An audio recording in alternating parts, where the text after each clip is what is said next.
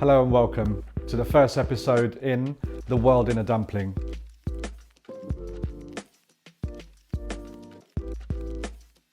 We're going to take you on a journey around the world, and today we're starting in India. We're going to be cooking a northern Indian dish called Lamb Keema. It's a recipe very close to my heart. We're going to be showing you the key parts of how to assemble a Lamb Keema, and with the leftovers, we're going to be making some dumplings. I'm going to show you how to do some chopping without losing your fingers. So for this recipe, we're going to start off with 2 finely chopped white onions.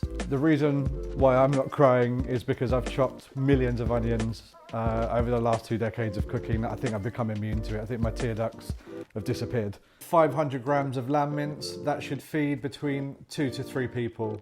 4 cloves of garlic, about 5 centimeters of fresh ginger. We've got a 1/4 teaspoon of tumeric powder, 1 tablespoon of red chilli powder, 2 tablespoons of ground cumin, 2 tablespoons of ground coriander, 2 tablespoons of a nice Greek yogurt, 2 tablespoons of tomato puree, 2 tablespoons of ghee, 2 sliced green chillies, about 1/2 teaspoon of garam masala.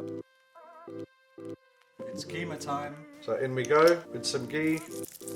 The reason why we're using ghee is it's a really, really good vessel in which to transport the flavors into the other ingredients.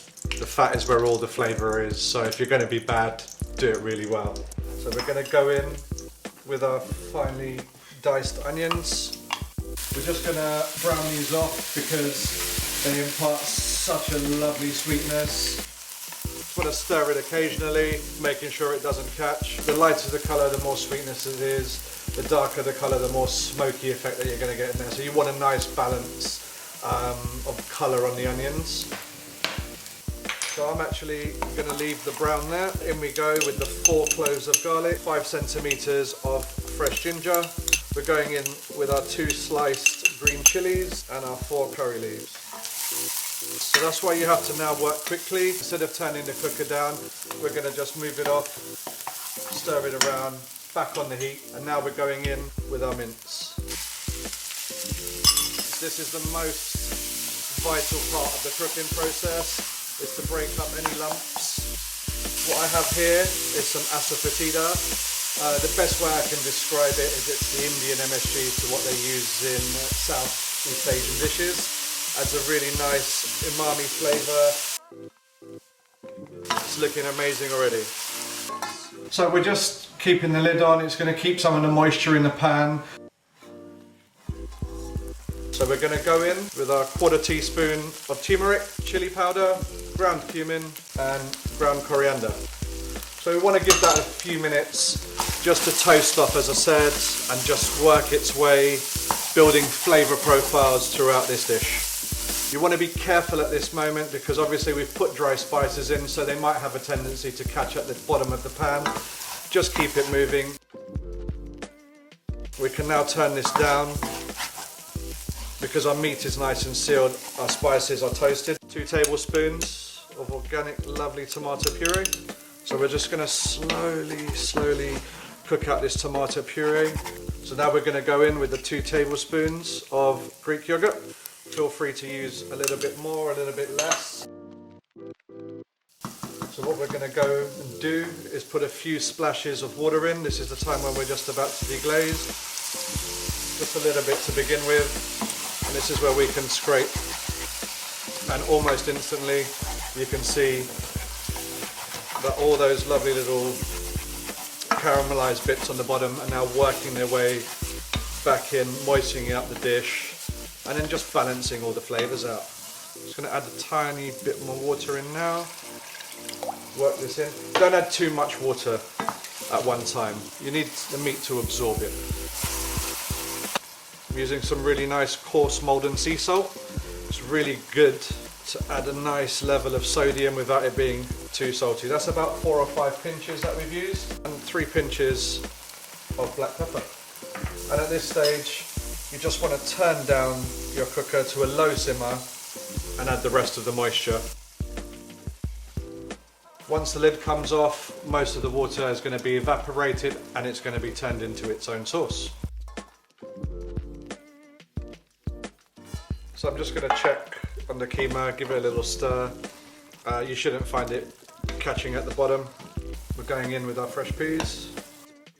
We're going to add just a touch of water just to give some moisture to the peas, and we're going in with our garam masala, which is a finishing spice. And then now we're just going to cook this out for 5 minutes and garnish with some coriander.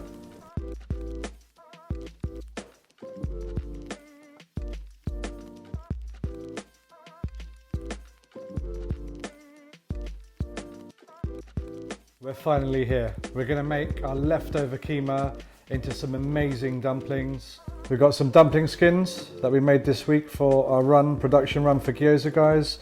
You can use any shop bought ones. You've got Imperial, you've got some ones from Winner Foods. Any kind of dumpling skin that you can find in an Asian shop or the Japan Center. We've got our dumpling skin here. We're going to work quickly with it, and just to show you how easy it is to fold a dumpling at home, and also how very little you need. I'm just using a normal teaspoon sized amount for each dumpling. Place a tiny amount in the center. All we're going to use is a little bit of water just to go around the edges. You're just making a little bit of a glue by adding some water. Just pinch one edge over to the other and squeeze in the middle. One more fold like so, and another one here, and then we use our index finger and our thumb just to pinch. We're then going to work on the other open side where we do 2 folds, almost use crab claws, and here we go. It doesn't get any simpler than that, and our gyozas are ready to go into the pan.